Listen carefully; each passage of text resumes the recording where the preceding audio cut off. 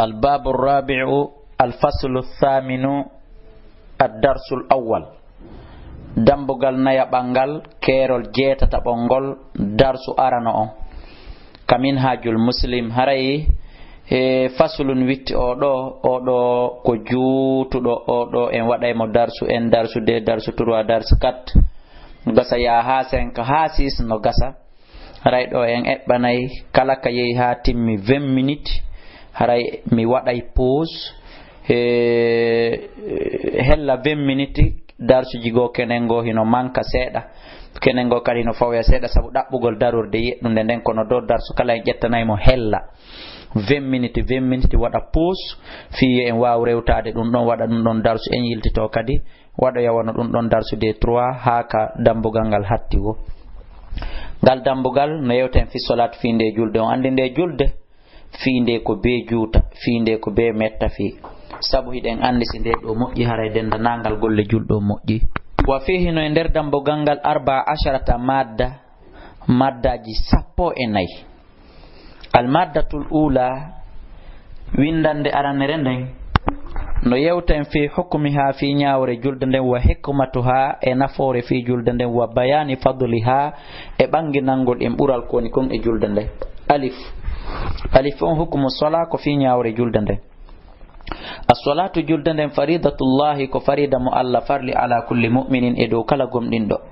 idi ko adi amara Allahu ta'ala Allah teddo todo yamiri biha fi nde julde fi ghairi ma ayatin e nder ko tawata hina aya goto min kitabi e deftere makko nden qala Allah ta'ala la dali faqimu sala inna salata kanat ala almu'minina kitaban mawquta wa qala wadali nukugo hafizu ala salawati wa salati alwusta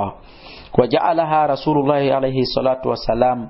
nelado Allah wadi nde do julde al qaidatu thaniya tugalal dimmangal min qawaidil islamil khams imorde tugal islam de njoy fa qala o maki bunyal islam o mahama ala khamsin e do tugale joy shahadatu alla ilaha illallah wa anna muhammadar rasulullah dum woni go wa iqamu salati e nyibugol e julde nden dum woni didi wa ita'u zakati woni tati wa hajjul bayti e dum woni nay wa sawmu ramadana dum woni joy fatarikuha accudo nde do julde e hore teware yu'talu ko yo o ware shar'an ka sharia wal mutahawinu biha welsindido fi mayre o wi ali o sali o julata o julay kadi kono mo welsiti fi mayre trop fasik on don ko fasiki jogato an furay jim hikmatu ha nafore julde nde e ko ba non hani wonde don kono do ko jimbe wadi do woni ba ley wona jim ba hikmatu ha fi nafore julde nde wamnal hikmati no jeya e nafore fi shar'iyyati salati e sar'ina gol julde nde annaha no julde nden tutahhiru nafsa nde labbinay wonki kin watu zakkiha nde labbinayki watu ahhilul abda awa nde hebilay jiya don limunajatillahi fi sondundirgol e Allah ta'ala to don fi dunya ka aduna wa mujawaratihi e fi kawtudugol neddo on e kawtudugol e Allah fi daril akhirati ka galle sakkitore kama anna wana woni de julde nden kadi tan ha hinde haday sahibu ha jom mayre anil fahsha'i ga'i kala pankareji din wal munkari e ko anyako qala ta'ala sayyidun Allah dali wa aqimi sala inna salata tanha anil fahsha'i wal munkar jim fadlu hadun no yewta en fi bural julde nden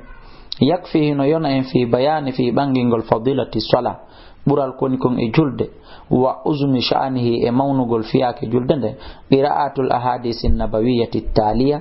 jangugol di hadiseje ne laado wonde arde do de jeego tum awalan hadith aranon qawluhu alayhi salatu wassalam ma kunne laado ra'sul amri hore fiyaake den de arden den fi mun ko aduna do al islam ko islam wa umuduhu tugalal fiyaake on as-salatu ko julde den bi maana hore dina kan ko silmu gongol ko dum woni hore den ba ko muslimi si wada goddum tugalal dina kan ko julde den wadir watu sanami dugere warnyakere munde ndu al jihadu kabul jihadi fi sabilillah on andi tugalangal ko kangal rondi wal nyakere ndendo si tugalangal iwi dalwangal no yande wal nyakere nden no yande hay mir olle no yande saniyan dimunu qawlu alayhi salatu wassalam bayna ar-rajuli wa bayna al-kufri hakkunde neddo on e keferanka ko ngu tarku salat ko accugol julde nden. Nokko go ɓe ɓeyditi faman tarakaha kafara, kala accuɗo julde nden o yeddi. Salisan tatabun ɗum qawlu alayhi salatu wassalam umirtu min dey mi yamirama an uqatila nasa nde mi haɓata yimɓe ɓen fi jihadi hatta yashhadu ha ɓe seedi to an la ilaha illallah wa anna muhammadan rasulullah wa yuqimu salata ɓe ñiiɓa e julde wa yutu zaka fa ida faalu dhalika si ɓe huwi ɗiɗo tati asamu minni ara ɓe dandi e andi mahum ƴiƴe maɓɓe ɗen wa amwalahum illa bi haqqil islam sonara ko haqqe islamu go ɓe tuusi. Kala hande kadi bonnereji hedditiɗi ko ɓe waɗi wa hisabum hasbore maɓɓe nen alallahi no ka Allah azza wa jalla imma yaghfirahum wa imma yu'adhibahum, amma Allah yaafoɓe amma o letta ɓe kanko andi. Rabi'an yabunu qawluhu sallallahu alaihi wasallam indama su'ila tumande o landano an ayyil a'mal afdal, wonde ko honɗum e golleli ɗin ɓuri moƴƴude. Faqala ɓe maake as-salatu li waqtiha, ko juulugol waqutu on ka leer waqutu tigi hara waqutu on feƴƴaali. Khamisan jabunu qawluhu sallallahu alaihi wasallam ko mako nelaɗo mathalu salawatil khams, misal waqutuji ɗin joyi e jungo mo on ka mathali naharin adbin, nayon misal caangol welgol ghamurin suddugol bi babi ahadikum dambugal goɗɗo e mo, alegol ilugol rewi ka dambugal goɗɗo e mo, yaqtahimo fihi tawa o mutay e maggol o looto kanko neɗɗon kulla yawmin kala ñalal 5 marrati laabi joyi ene. Fama tarawna dhalika, ko honɗum yiwɗon ɗum ɗo ngol caangol ɗo ɗe lootanɗe ɗo joyi yuɓuqi hino wawa heddinde min darni immorde e tuundi ɓandu makko ndun. Kala ɓe ni la shay hay hunde men yi'ali ɗe lootanɗe ɗo joyi ko wawata heddinde e tuundi laabi joyi goɗɗo loototo e nder ñallal ngal men yi'ali ɗe lootanɗe ɗo tuundi ko wawata heddade ɗon. Kala ɓe make fa inna salawatil khamsa, awa ande no julɗe ɗen joyi tudhibu dhunuba, ɗe naɓay bakkatu kama yudhibul ma'u darna, wono ɗan ndiyam ɗo naɓirta tuundi ndin. Sadisan jeega ɓunnu qawluhu sallallahu alaihi wasallam ko mako ne laaɗo ma min imri'in muslimin, ala e neɗɗo julɗo wo tahadruhu mo tawata ɗum salatun maktubatun julde farilla fa yuhsinu wudu'aha, o salligo o moƴƴina salligi julde nden wa khushu'aha e yankinare mayre on wa ruku'aha e ruku'uji mayre on illa kanat sona on waɓutuɗon wonay kaffaratan kaffara lima qablaha fi yaafegol kala bakkatuji ko o waɗi adi on waɓutuɗon hewde, kala ko o faggiti adi on waɓutude on min ad-dunubi immorde bakkatu ma alam tu'ta kabiratun, an tan ko non on tigi tuusa al bakkatuji jani ɗin. Bakkatuji jani ɗin ko hunɗi on nodday ka numéro téléphone 657 60 53 09 628 même numéro 630 e même numéro ko on ɗoni bakkatu jano mo tata ɗum ɗon ko be tuube waɓutuji ɗin joyi wawata ittude, ramadana e ramadana wawata ittude, on nodday ka numéro ji. Nelaɗo maki wa dhalika dahara kulluhu, ɗum ɗo noon jamanu on tigi ngun foppo koni. Almadatu saniya, windande ɗimmere nden no yewta en joni fi taqsimi salah, fi senditegol joni julɗe ɗen ila fardin faade farilla wa sunnatin e sunna wa naflin e nafila, bimana watta goɗɗum ɗum inna ɗe ɗi waɓutuji ɗo ko farillaji, ɗi ɗo ko sunnaji. Haray e madda ɗimmon ko fi ɗum ɗo yewtata en. Alif on no yewta en alfardu fi julɗe farilla ɗen. Alfardu farilla min as-salati immorde julɗe ɗen huwa salawatul khams, ɗum woni waɓutuji ɗin joyi az-zuhru wal asru wal maghribu wal isha'u was subhu, ko ɗiɗo joyi li qawli sallallahu alaihi wasallam sabu mako nelaɗo 5 salawatin waɓutuji joyi katabahunna Allahu Allah farliɗi alal ibade dow jiyaɓe ɓe, man ata bihinna kala tottuɗoɗi lam yudayyi min hunna o yeebali e majji shay'an hay e hunde istighfafan no foygitori istighfafan sabu yawitagol bi haqqi hinna haqqe e majji on kana lahu latantumo indallahi kalla ahadun ahadi an yudkhilahul jannata, wonde Allah nadaymo aljanna. Andi goɗɗo no yeeba julde nden hara na sabu yawitagol makko julde nden hara yeebormo bi ma'ana kono so tawi woni istighfafan bi haqqi ko sabu espere foygintingol tum fi haqqi julde nden. Wa man lam ya'ti bihinna, kala mo tottali waɓutuji ɗin joyi falaysa lahu haray alanama do indallahi kalla ahadun ahadi fi natugol aljanna. Insha si Allah hino faala addaba o letta mo, insha si no faala ghafara lahu o yafotum. ɗum leɓane laaɗo ko adori ko addaba on ɓe wayritori ghafara lahu on, haray ko ɓura tijjede on ko adabo on, ko ɗum waɗi si tawi woni ko ɗum on ko adora. Ba as-sunnatu julɗe sunnaje ɗen as-sunnatu sunna min as-salati immorde ka julde huwa dum premier on al-witr ko witurure nden darnde wotere sakkitorde julete nden e julde jemmaje den ko dum wi'ete al-witr wa raghibatul fajr e lerdanaade den ka fajri bi maana darde didi rujjete den si subaka on juule wal iidani idije den didi bi maana sumaye e donkin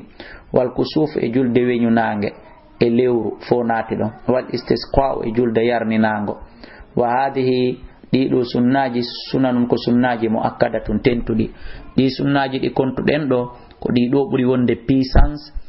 e hoore julɗe sunna hedditiɗɗen fo on andi en kontal ɗo sunanu rawatibi taho en kontali tahiyatul masjidi e ko nandita tawi ɗum ɗon fof ko julɗe sunna e salatu tarawih e salatu tahajjudu kono ɗeɗo ko ɗeɗon puissance ɗeɗo kanje kadi hiɗe ɓurdino ɗe fuɗɗora contrede noon ko noon ɗe ɓurdiri wittiriɗe nde woni puissance e hoore ɗeya fo rahibatul fajiri hikki ɗon idije ɗen hikki ɗon alkusufu hikki al istisqa yarninago hikki anda son faami no hikki ɗon noon wa tahiyatul masjid darɗe ɗiɗi ruƴƴateɗe ɗen fi hiwragol juulirde nde mo naati ka juulirde tawi be o jooɗo o jottako ha o ruƴƴa ɗiɗi ɗum noon haysi imam on no hutubude goy ka juma babuyno noddude lando sase en jonnon mo ari naati tawi imamu hino hutubude est ce que ko yo jooɗo ha gayne ruƴƴede ka ko yo ruƴƴu ila ɗo seede e ngal landal haray on tigi ruƴƴay si o jooɗo ɗen mari dalil kadi timmuɗo e mum ma al fara'id e warrawatib e julɗe sunna jokkindiraɗe ɗen ma al fara'id wonude julɗe farila ɗen mi mana ko ko ruƴƴete darɗe nayi adi fana ɗiɗi ɓawo fana ɗiɗi adi alansara non wa raka'atani e darɗe ɗiɗi juuleteɗen ba'da al wudu'i ɓawo salligi ɗeɗo noon hay en andaɗe hakke ko tata en ala gollitirde ɗe awa mo salligi ko gayni hino laba yontigi yaw ruƴƴa darɗe ɗiɗi so tawi ko sa'i mo ruƴƴugol nafila tawata harma e mum wa salatu duha e julde walluha wa tarawihu e julɗe ɗe waɗeten ɗen nafila e si en juuli geƴe ɗen en gayni on nafila ko watteten ɗon ka suumaye wa qiyamul layl e daragol jemma juula ɗum woni salatu tahajjudu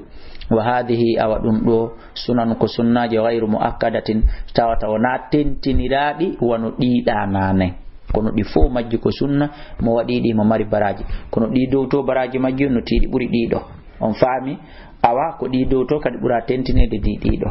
on faami jim on no yewten an naflu fi nafila immagol tun nafa an naflu ko wiyete nafila huwa ɗum ma ada sunanil muakkada ko kala julde juulande tata wona sunna tentinaɗon o gayrul muakkada e sunna tawata kadi wona tentinaɗon hara wona sunna tentinaɗon wona kadi sunna mo tentinaka on immagol tun juula julɗe nafila ma kana konko laati min silaten immorde julde mutlaqatin waɗirande volonté tun wellitande ko wiyete wellitande ka pular haala ɗum bimana ko on tigi immi tun waɗiri yiɗi bilaylin jemma wana harin e ñalorma ko ɗum wiyete an naflu ko ɗum ɗo woni ko hikki almadatu salisa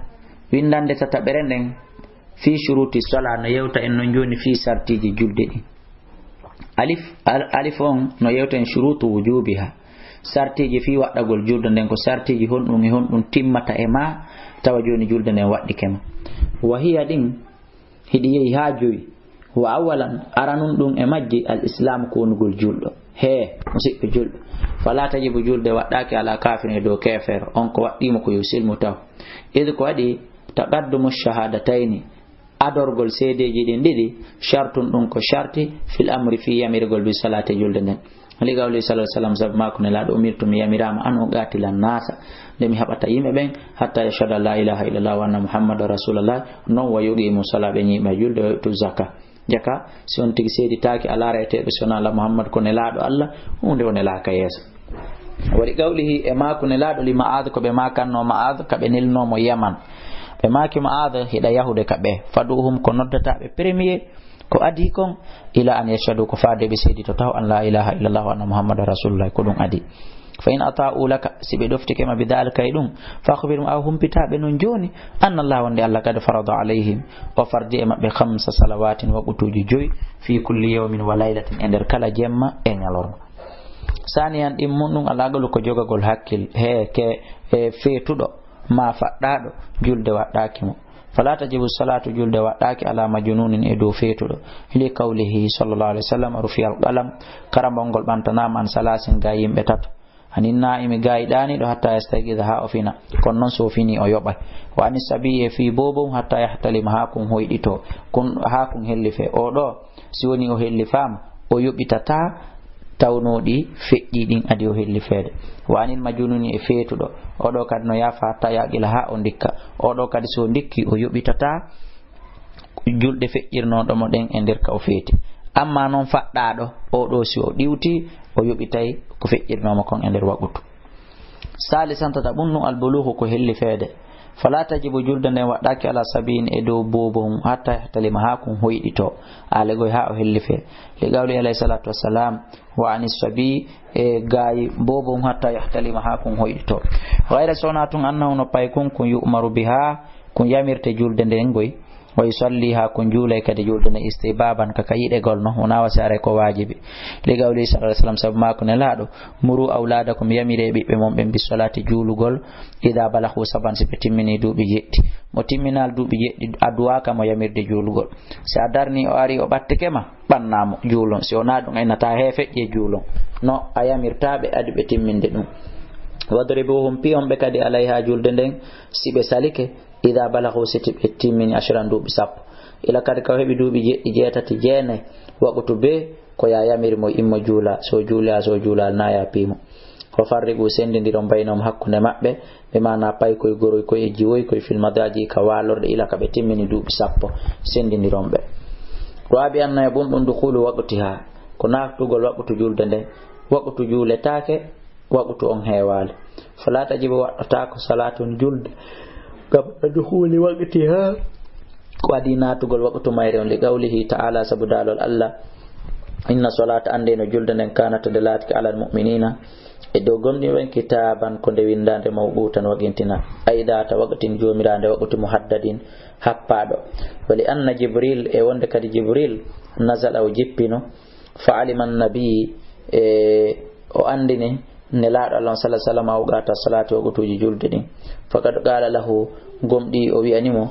immo fa salli juula fa salla zuhra o juuli fana hina zalat shamsu sanga nde nangue dirti thumma jaa o refti o arimo al asra ka alansara fa qala imo fa salli immo juula fa salla al asra o juuli alansara hina sara sanga wonti zillu kulli shay'in ɗowdi kala hunde mithlahu yerumo thumma jaahu al-maghriba refti o arimo ka futuro fa qala imo imma fa salli juula fa salla al-maghriba o juuli futuro hina wajabati shamsu tumande nangue ngen waɗɗi alego tumange mutittoye thumma jaa refti o arimo al-isha ka geeƴe fa qala imo imma fa salli juula fa salla al-isha o juuli geeƴe ɗen hina ghaba shafaqu tumande safaquri ndi lanni mutude few thumma jaa refti o arimo al-fajra ka subaka hina baragal fajr tumande fajiri on rawni hentini o wimo yo immo o juula ɗon kadi o juuli thumma jaahu refti o aroyimo min al-ghadi jango li zuhri ka fana fa qala innimo fa salli immo juula fa salla zuhra o juuli fana kono na leer hankinjo hina sara ko sanga wontuno zulli kulli shay'in ɗowdi kala hunde mithlahu yermu hande ko ɗon woni ko fana juula thumma jaahu al-asra refti waroyima kadi ka alansara fa qala imo imma fa salli juula fa salla al-asra o juuli alansara hina sara tumande wonti zillu kulli shay'in ɗowdi kala hunde mithlayhi no woni yerumul laabi ɗiɗi o andi hande kadi alansara on dirtinama ka hanki ɗon thumma jaahu al-maghriba refti o arimo ka futuro waqtan wahidan waqtu goto ka o arimo ɗon tuzustu hankin o arimo ɗon hande kadi lam yazal anhu o serali on waqtu ɗon ɗum holli en waqtu futuro kañum sottata kañum koko raɓɓiɗi pot kañum kadi juuta kañum yaaja thumma jaahu al-isha refti o arimo ka geeƴe hina dhahaba nisfu layli tumande feccere jemma on feƴƴi pon hella 22h23h ko andi ngolen on waqtu ɗon kadi no yaaji aw qala sulusul layli ma no gasa o wi tode tumande tataɓal jemmal ngal feƴƴitode fa salla al-isha o juuli geeɗe thumma jaahu refti o arimo ka subaka kadi hina asfara jiddan tumande wetuno moƴƴa ɓuri hankin tawi hentinike hande moƴƴa ɗon kadi faqala wi fa salli immo juula fa salla al-fajra o juuli subaka on thumma qala refti kanko jibril o maaki awa he ko am muhammad ma bayna hadayni awa hakkunde ɗi waqtuji ɗo ɗiɗi kami julnuma hankino e kami julnuma hande ɗon ko hakkunde ɗiɗo ɗiɗi waɓutu noni waɓutu julde duwande juulede nde. donc yon faamu o leer mo affiche ɗen ka juulirde mo wiwɗen fana ko tel, alansara ko tel, fotoro ko tel, geƴe ko tel, subaka ko tel, ko fi no hejjiren, ko fi rendez-vous no en fo notodiriren hara en perdali waɓutu on hara en perdali julde jamanden hollali si waɓutu on juulama adi ɗon o sella, ma hollali si waɓutu on juulama ɓawti ton wonde sella, surtout wano fana on alansara on e geƴe on ɗi waɓutuji ɗo tati no yaaji moƴƴano subaka on o yaajaha kono kankadi mo mari distance hella wano leer ɗiɗi ila ka peral fajiri ɗimmal ngal feeri ila ɗon ha nange fetta on taway tout juste hella leer ɗiɗi no ɗon ɗum ɗon fof muɗum ma awa do leer goto e minti capantati ko fanɗi o ɗum ɗon fof ko waɓutu subaka. amma futuro on kankoni ko waɓutu hunkun ko dembuku nokku ngotum kañum yaaja. donc haray ko fiyo en tambodir ko fi en habbodir ananay si koye fawodiri tun yimɓe ɓen no sonka ka juulide leer yoni juule hi ko goonga dey leer mo halduɗen on yoni hiɗen haani si en mara nganto hiɗen haani respectude sharia mo waɗuɗen on sarti mo waɗɗen hakkunde mo sabu ne laaɗo maki almuslimuna ala shurutihim julɓe ɓen hino e hoore sartiji maɓɓe ɗi hunnugol ahadi ndin juulen ɗon haray ɗum no laba haray ko ɗum kadi haani. kono si tawi ɗen reeni jama boyno salligade ka yaasi ma masalan imam on hewtali seeɗa ko abbotoɗen ɗon 2 minutes 3 minutes hewtugol imam ma honno wiyete gasugol salligagol ngil jama wil ɗum fo fiitangil perdu julde jama haray ella wo alaayi ɗum ɓawa ɓo toon no yaaji on faami ka musidɓe julɓe. donc haray koye en wattu ɗum ɗon ka haqqillaji me en. khamisan jabun ɗum anniqa'u laaɓugol min damayil haydi wan nifas e ƴiƴe ɗen ɗiɗi fiilordu e ɓesugo wonɗo yiɗi ɗan ƴiƴan ɗon kadi julde farlaki mo tuma ɗan laaɓi kadi o yoɓitata kadi fala tajibu salatu julde nden waɗɗaki ala haidin e dow fiiliɗo wala ala nifasai wona e dow wonɗo yiɗi ƴiƴan ɓesugo hatta tatuhura ha o laaɓa li qawli alayhi salatu wassalam sabu mako nelaɗo ida aqbalat haidatuki si fiilaye ma on fewtiti fatruki salata accutu julde nden si hucciti yehi awa looto hande kadi juula ko alda yoɓitoygol ɗi yawa ɓutuji. donc haray en yahi ɗo hella 22 minutes e quelques secondes haray hiɗen waɗa ɗo darsu en on hatten ɗo fiyo en yilto rewto ɗen. kono haray musidɓe julɓe miɗo toro en hebbingol du'a ka wonɗon yiide nini miɗo waɗa tafsirji ɗin ɗo ko hoore kullal molanagol miɗo naati ka nder suudu faliti awa pinkano ata ka tarawo sukaɓe ɓen e ɓornaɓe teni ɓen ino nangodiri ton e hoore andanɗa hoorema toñe tun awa e jaggutugol muskilaji ɗin hino heewi e leydi ndi moƴƴa a heɓata no juulira no kelɗiri a heɓata no naɓira dina ma kan no kelɗiri haray kala jentiɓe ɗiɗo tafsirji miɗo toriɓe waɗgol du'a o darsu mo yiwɗon ɗo waɗaɗo ɗo hande komi waɗumo e hoore kulol komiɗo faliti ka suudu ko yiɗugol tun wata mi soomu tafsirji ɗin fi bere deftoy koye mi wawi koye yaltu heña jama on hendo koye naftora koye sona ɗum o tan ɗo wallahi muradu ndun hino metti fi mi wowlay dato on si mi wowli dato on kala e moɗon rappelay anditay way nde ñalande e nder lagine e nder Konakiri har nde ñande muradu ndun ɗumannaki hande hiɗen e tenen ñande 23 septembre on andi noon législatif on no satina e asewe ko ɗum woni le 28 septembre hande noon hiɗen e tenen hiɗen andi o datu ko feƴƴi ɗo kon ila e alat hankin e alansara ha ka fewndi ɗo jemma ko waali ko weeti hande haray wonen julɓe du'otoɓe hara en wonali julɓe huɗoɓe wonen julɓe ɓannitoɓe yurmodire musidɓe julɓe wotay hollidir criminel yagal ɓe wonɓe jattude ka yaasi kamɓe kadi yoɓe accu jattugol surtout jatta musidɓe maɓɓe ɗimmoɓe maɓɓe enɗam maɓɓe ɓe wona sa'idede ɓen yoɓe wattu yiili ɗum kamɓe kadi mi waɗaniɓe on message yoɓe accu jattugol wonɗo kono awa surtout mi cuynalɓe ɓe jattu hedditiɓɓen kono ɗon surtout moɓɓe tawata ko hiɓe kafi diina hiɓe kafi leñol kafi haala modi yoɓe wonu renayɓe ɓeeɗo yoɓe wonu hiwayɓe ɓeeɗo wota ɓe woni jattayɓe ɓeeɗo kamɓe sukaɓe woɓɓe wonɓe wadde ɗum ɓen modi mi torkeɓe mi jeejiɓe yoɓe accu ɗum yoɓe accu ɗum woni yiɗidira ɓe yurmodira ɓe yo taw simi dogidi e mbukoy ankoy ma otowal angal ma téléphone hanko ha mi haynike sukaɓe wowlayɓe haala an kan tun ka woni ma mawɓe wowlayɓe haala an kan tun e diina an kan diininorɓe diina an kan yo taw hara mbuuɗi an nin e téléphone an e oto an kon e ƴiƴan an ɗan daɗi si tawi noon simi ari ɗon awa ko kamɓe tigi adoto darade ɗumanno ɗum ɗon haray ɗum ɗon no metti fi woni mbaɓɓatti ɗi no se'ede hino lattidirde ɗum noon Allah ɓuttina en o deƴƴinana en saare nden kulol ngol wonduɗen hannde ngo yo Allah waylutugol wattangol ɓuttu e hoolare e gollal satingal ngal e yo Allah newina en ngal feƴƴa e jam moƴƴere batte feƴƴugal maggal tawa hara kadi ko en weltiɓe hara o waɗali en sunotoɓe batte mum o waɗali en wawaɓe batte mum o waɗa en wawɓe batte mum o waɗa en weltiɓe wewluɓe batte muɗum on hettuɓe hurriya mum mbimana indépendant hoore muɗum ɓuri ni ittana en o sokitagol e suudu nangegol e laawol jattegol piyegol sunnanegol e hoore tooñe nange ñaawe e hoore tooñe soke kondane e hoore tooñe yo Allah tettoɗo ittayno miɗo tori kala jentiɓe o tafsir fewnɗo hande miɗo wadde tafsirji ɗin ka tension laggine monti ko molana ka tawata inde boboji ɗin fewnɗo kala jibinaɗo fewnɗo laggine ko deseme wona fembirede goɗɗo ala suusude yaltude ala suusude tumbodiral hay hunde no ŋaɗi fewnɗo ɗo ha no ŋaŋaran ni donc kala